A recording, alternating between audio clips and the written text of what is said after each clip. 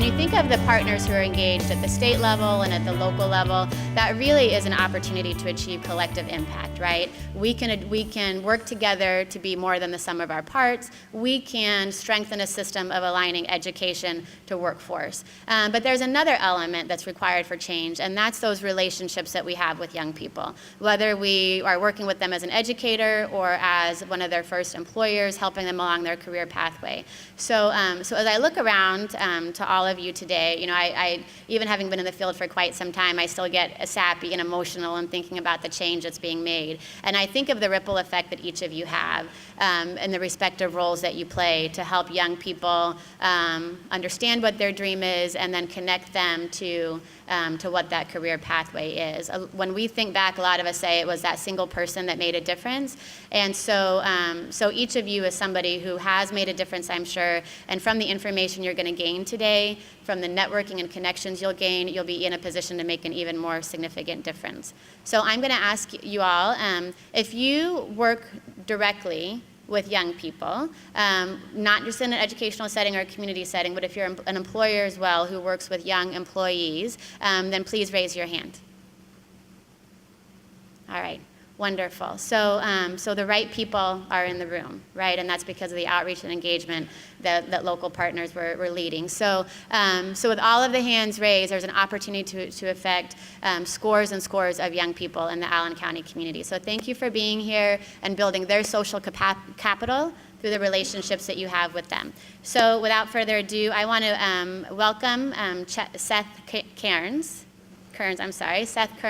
who's with JP Morgan Chase and Company. We greatly appreciate the support of JP Morgan Chase throughout the state. They've been an essential sponsoring partner to make these post-secondary pathways possible. And Seth is going to introduce our keynote. Seth is the Vice President for Middle Market Banking with JP Morgan Chase.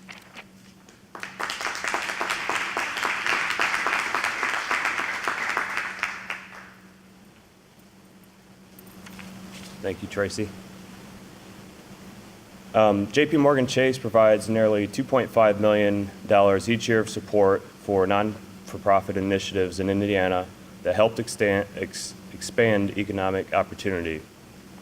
Our focus is on small business development, community development, financial capability, and the topic of today's event, workforce development.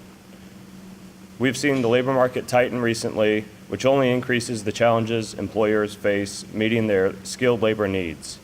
At the same time, wages for many Hoosiers have stagnated, and the share of people who are out of work remains stubbornly high in some communities.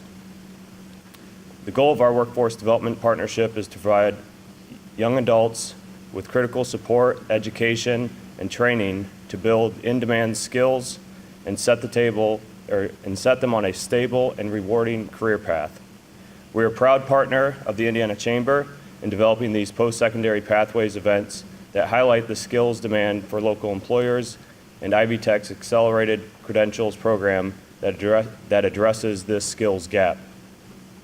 These programs can provide individuals with the training to get a great job, gain economic mobility, and ultimately achieve a career.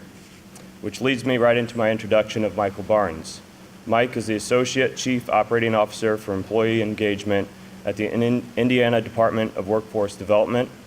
The Department of Workforce Development serves the workers and employers to ensure workplace success. Currently, he serves as the chair of the Governor's Health Workforce Council and co-chairs the council's education, pipeline, and training task forces. Mike has extensive experience in operations, process development, continuous improvement, project training, and management across multiple sectors and industries. He received his bachelor's degree in economics and a master's of business administration and sits on the board of local charitable organizations.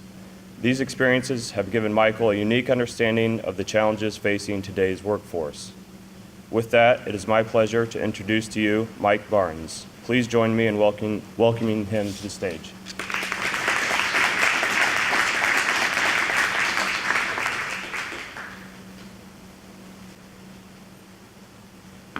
Thank you, Seth. I appreciate it. And thank you all for having us here today. We're excited to bring the message that now if I step aside, can everybody still hear me? I don't like to be anchored here. So, as Seth mentioned, I'm a recovering economics major from college.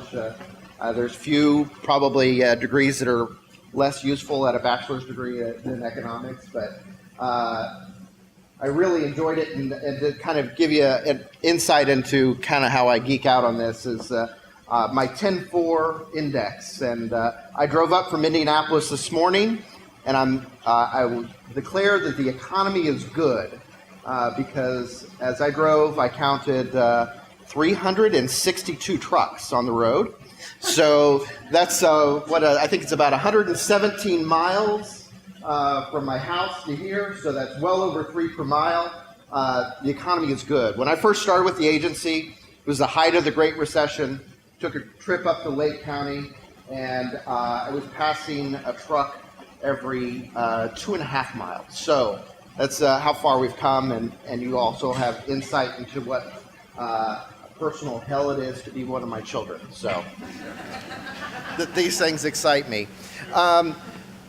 Before I get started, I do want to make this, I've got a slide deck here, and don't want to kill anybody by a PowerPoint.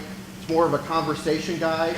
And then I want to bring up one of my favorite books, and if you want to really be scared about things, I would highly recommend that you pull up Jim Clifton, who is the president of the Gallup organization, and Josh mentioned a Gallup poll. And the book is called The Coming Jobs War, and it's a few years old, so some of the numbers are not necessarily relevant today, but the theme is very important, and it really is that we're in the fight of our generation's lives for jobs around the world. As the economy, the world economy grows together, the number one thing that the Gallup organization had learned over the past 30 years is that above democracy, above freedom, above many other things that used to be the most important things to people around the world, access to a good job is the most important thing to anybody around the world. And the ability for communities, states, nations to attract good jobs and retain good jobs is going to be the determinant of who are the winners and losers as we move forward.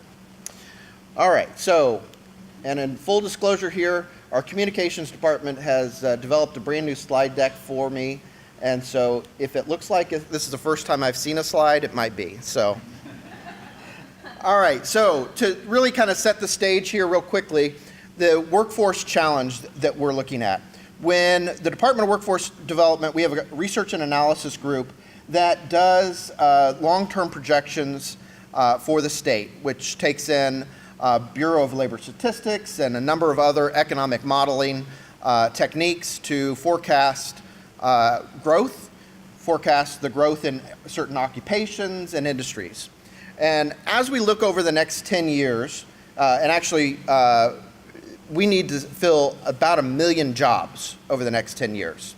It's actually increasing since we first released this, but 1 million jobs a year, or 100,000 jobs a year, and in a number of different industries and occupations across the state there. About 2/3 of those jobs are replacement jobs, so people transitioning in and out of the workforce, the silver tsunami that many people have been talking about with retirees leaving the workforce. And then about 1/3 of those are growth opportunities, and maybe in new occupations and new jobs that don't exist today. So the activities that DWD has been working on over the last 2 years is, first, we wanted to bring a true data-driven and demand-driven system to the state. So when we used to do forecasting, it was it took 2 years to produce a forecast, and it was done on 2-year-old data. So by the time that it was published, it was already out of date. So when I first started at the agency in 2009, I walk in, and many of you have probably seen the Who's Your Hot Jobs or Hot 50, and auto worker was on that list. And at the time, we were laying off tens of thousands of auto workers around the state. So right there kind of discredits the messaging that we're trying to deliver out there. So we have been able to achieve a new data system that we call it the computation engine, which can run literally thousands of different economic models simultaneously. And then it backtests that over the last 36 months and determines which model was the most accurate. Doesn't mean that it's the most accurate going forward, because we don't necessarily know what the economy will do, but it does give you a place to start and give you a closer indication there. The other thing that it allows us to do is that we can do it more frequent. It is more accurate, and we can get down to a county level of data now, whereas before we could only do a regional level. And this area sits in our workforce region 3, which is about, is it 11 counties, Rick? Is that 11 counties make up region 3, all the way up to Michigan border, down to Marion, and across there. So, but now we can do it down to a county level. We then took that data and we're looking at it from a more granular level for the occupational skills. So we've procured a system called Skills Engine, which is a common language format that we're utilizing that will take you could take a job description or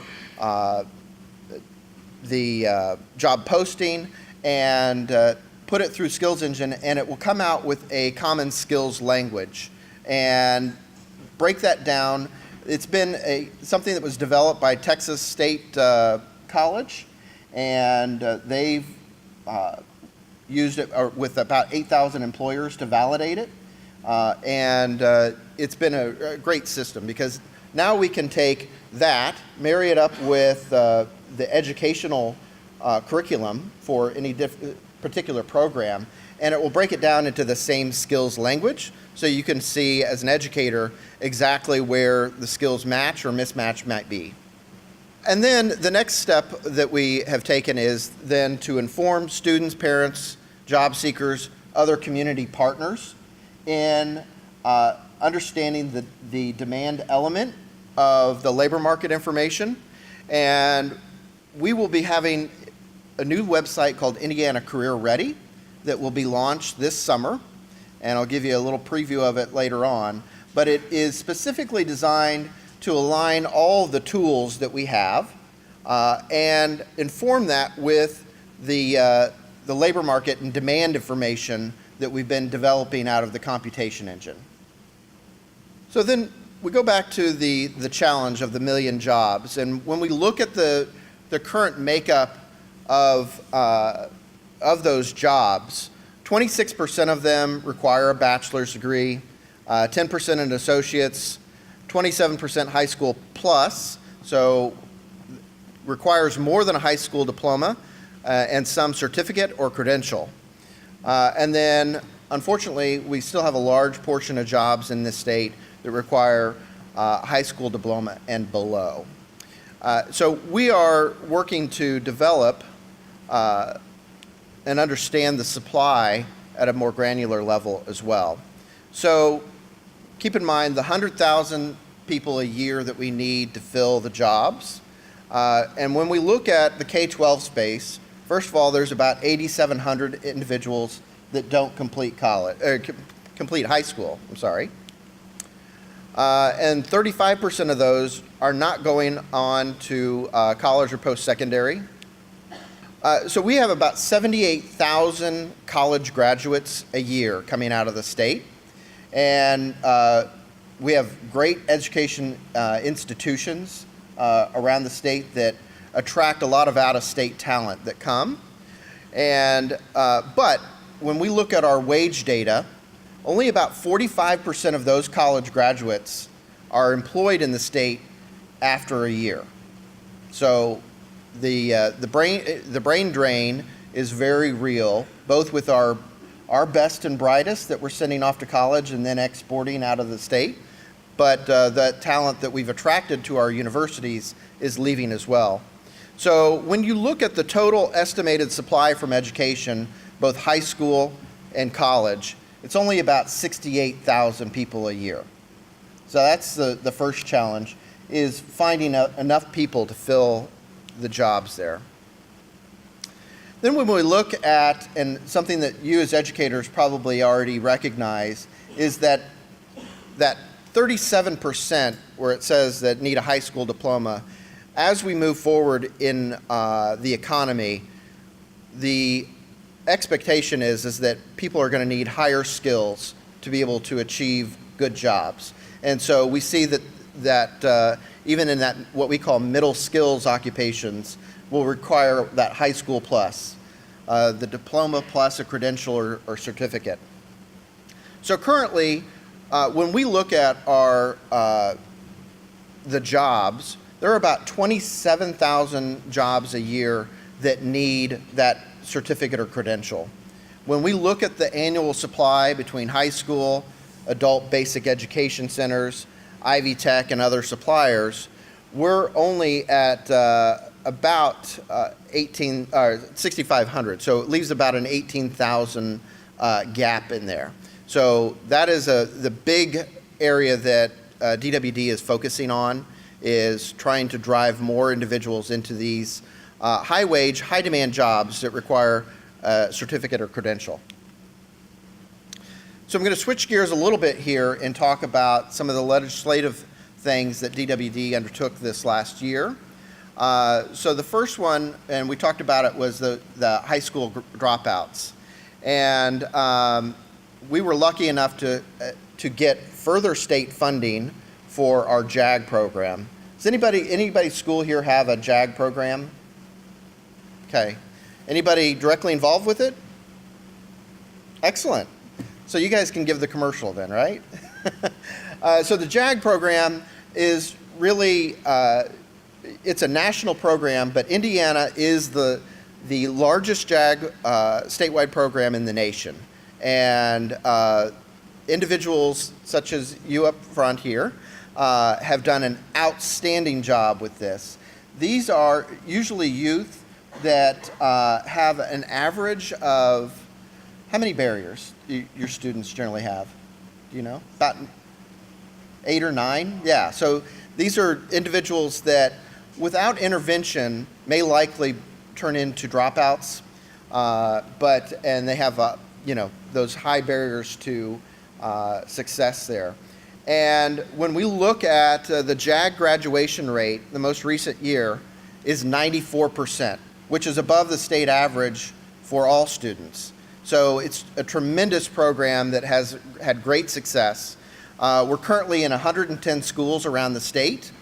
We received an additional $2.2 million from the legislature, and we're hoping to expand that into 25 other school systems. And generally, we've got more schools asking to participate than we have actual capacity to serve right now. So it was 5,800 students over the 2015-2016 school year. Anybody have any questions or comments so far?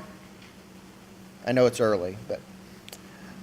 All right, and then the next legislative activity that we worked on was increased awareness of in-demand careers.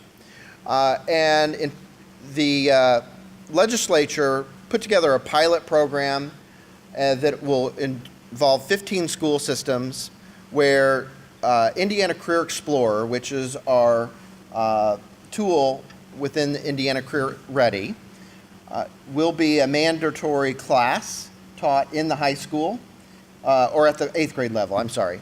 And so that we get students starting on the path of learning about careers. And it's not about pigeonholing students at a young age, but it's about informing them of in-demand careers and understanding how they can navigate that environment and start talking about that as a regular area of activity. So in 2017-18 school year, there'll be 15 school systems, and I believe we're in the final stages of working with the Department of Education on what school systems those are. And then we would be looking to, based on the results of those pilots, to roll that out statewide the following year. Excuse me. The next legislative agenda item was the realignment of increased funding for career and technical education. And so the Department of Education and Department of Workforce Development will be working on setting the reimbursement rates for career and technical education courses with the intent to drive the dollars towards those certificates that are most in demand and lead to high wage and high demand jobs. And then another legislative agenda item was to increase our Work Indiana program. Anybody familiar with Work Indiana? Thank you. It's our adult basic education program that works with individuals that haven't completed a high school diploma to work with them to get that high school equivalency and or work towards that certificate which gets them that high wage, high demand opportunity. Currently, since 2011, we have 5,200 individuals enrolled in that with almost 3,000 certifications received from almost a year ago. 86% completion rate, and then and 93% of those completers were still employed a year after their graduation there. So the state has given us additional funding to double that for the 18-19 program year.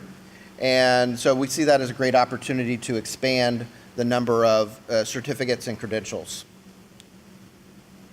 In addition to the adult basic education, it's the integrated education training model. And I'll be honest, I don't know a lot on that topic. Maybe our friend back here can tell us. Nope. Okay. And then more post-secondary certificates in high wage, high demand fields. The Workforce Ready grants. Many of you might have heard about this from the legislature. It will make $2 million of funding available each program year to those high wage, high demand certificates to be able to be completed at no cost for individuals. And so we're working with the Commission for Higher Education currently on how that would be administered. It actually will be administered through Commission, but DWD will be helping out with the certificate side. And then other initiatives that DWD certainly has right now is our Hoosier Initiative for Reentry. This is our program that we work with ex-offenders to get them back into the workforce.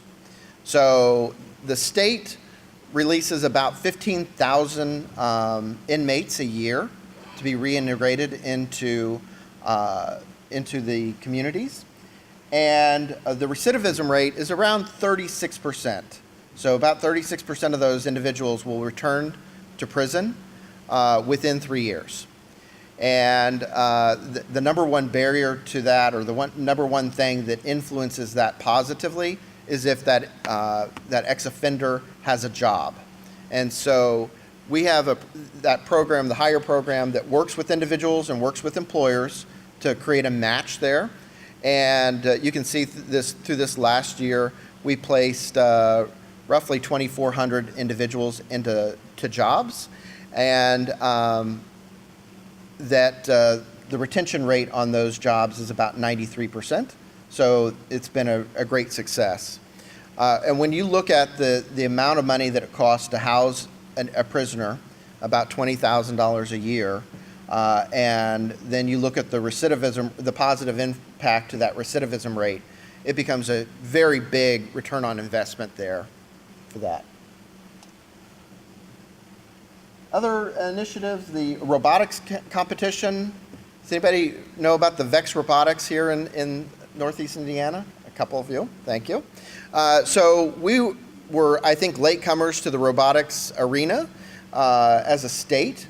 The state, DWD did provide some seed funding in this last year for the the VEX robotics competition to be engaged in, I think it's 3rd to 5th grade teams.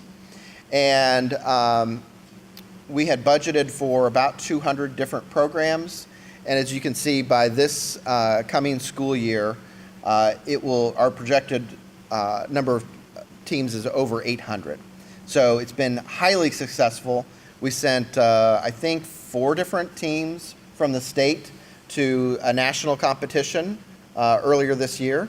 And it's been a really positive movement for those students there. And then I think the last one that we'll cover here is the work ethics certification. And this is a program that was started down in, I believe, Clark County Schools. And it was by Dr. Mellon. And he brought employers to the table because employers were telling him repeatedly that the students don't have the necessary employability skills, those soft skills, to be successful in the workplace. And so the employers gave a lot of great input to that process and said, you know, hey, we will help you design this. We'll have skin in the game here. If your students complete this and get a certificate, that we will provide some value to that, whether that means we would provide summer internships or guarantee an interview, different things like that. It was very successful, and students really bought into the idea of it. Within the first year of them launching this at their high school, they had 2,200 fewer disciplinary actions because students saw a real tie between their behavior and the outcomes, and they wanted this certificate. So DWD provided some pilot funding to expand that across the state. And does anybody have that in your school system up here? No? Okay. So I think it's in about 30 school systems right now. We're looking to expand that further.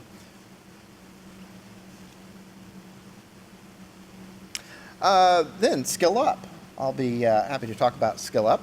The last couple of years, the legislature has given us money to do some innovative workforce development training. And DWD was able to use $19 million of that over the last 2 years, and then leveraged $12 million in private sector funding with that match, 63% there, which is really impressive. And we funded 25 different programs. There are at least a couple up here in Northeast Indiana. And right now there's about 12,000 Hoosiers that are involved in, have been enrolled in programs. And they range everything from awareness activities. So in Indianapolis, they had what they called Junior Achievement Job Spark. They had 8,000 eighth graders come through this interactive displays where they could experience a number of different careers in different industries, and to the kind of the hard and fast different programs. I think up here you've got one in construction and building trades, which is certainly a big area for the state as well. And then, not supposed to tell you yet, but Monday we will be releasing that we will be able to do Skill Up round 3 and 4 in what we're calling innovation networks. And so please look forward to that announcement on Monday. Groups like this are certainly the targets of that, how we bring education, training, economic development, workforce development, other community partners to the table to hear the demand system from employers, what it is they really need from at a skill level, pipeline level, and then how do you as a community react and solve those issues. And so we are going to have, again, about $20 million to be able to fund those activities. And so the first deadline you'll have to remember is July 16th, and that would be the letters of intent that DWD would need to receive for you to be able to move forward. This is a quick glimpse of the Indiana Career Ready website that I was talking about earlier. This tool brings together all of our tools into a more cohesive space. So if you're a job seeker, you can go on there and it leads you in a pathway to either explore careers, explore training options, explore the job market. There's areas for students and parents to learn about occupations that are in demand and will be in demand in the near future. There's area for teachers and counselors to learn about how do we develop career pathways for individuals, that will lead to high-paying, high-wage jobs. And then certainly there's an area for employers to engage in the system as well. And anybody that would be interested in helping us test the website, we'd be interested in hearing from you. And you can get with me and I'll get you an access there. We're trying to do some early testing right now, so we'd love feedback on that. So collaboration is the key. The reason that we are with Skill Up Round 3, the Workforce Innovation Networks, we want to push that out, that money, those dollars out to a community level, because we understand that that's where the real work is done, and that's where the real innovation is going to happen. It's not from bureaucrats like me sitting in Indianapolis. You guys will understand the issues that your community faces at a more granular level and be able to react to that.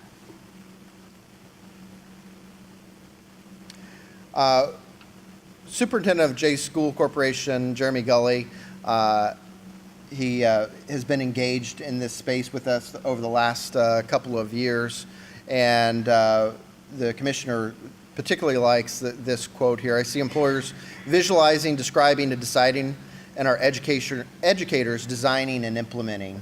And that really kind of, I think, sums up our innovation network there. And then to kind of close it out with our Indiana's Workforce Solution vision, is to create a network of education and training providers that are accountable, responsive, and innovative, and serve all Hoosiers, including secondary, post-secondary, adult students, and incumbent workers. So I welcome your questions or comments at this time. Yes? The new website, the Indiana Career Ready, yes. Is that going to link with Indiana Career Explorer? Yes, so it'll be an integrated tool. And so, if the student goes on there and wants to explore careers, it would take them right in. They won't know that they're going into Indiana Career Ready. And then based on the activities that they want to do next, which is maybe, do they want to work on their resume? Do they want to, it can lead them on different pathways through that. Through Indiana Career Explorer? Yes. Okay. Yep. So our kids still just can enter through Indiana Career Explorer and get all of it? Yes, they can. Yep. All right, any other questions? Yeah, I have one. When the longer announcement is made on Monday yes. about the Innovation Network, who should local partners connect with if there is interest in pursuing that from TWD? So you'd be able to apply for the grant through a letter of interest, which is a very quick form that we'll have on our website. Anybody is eligible to apply. We think that groups, hint, hint, like this, probably are the great conveners for a regional activity and to explore whether or not there's interest in pursuing one of those grants. All right. Well, thank you very much.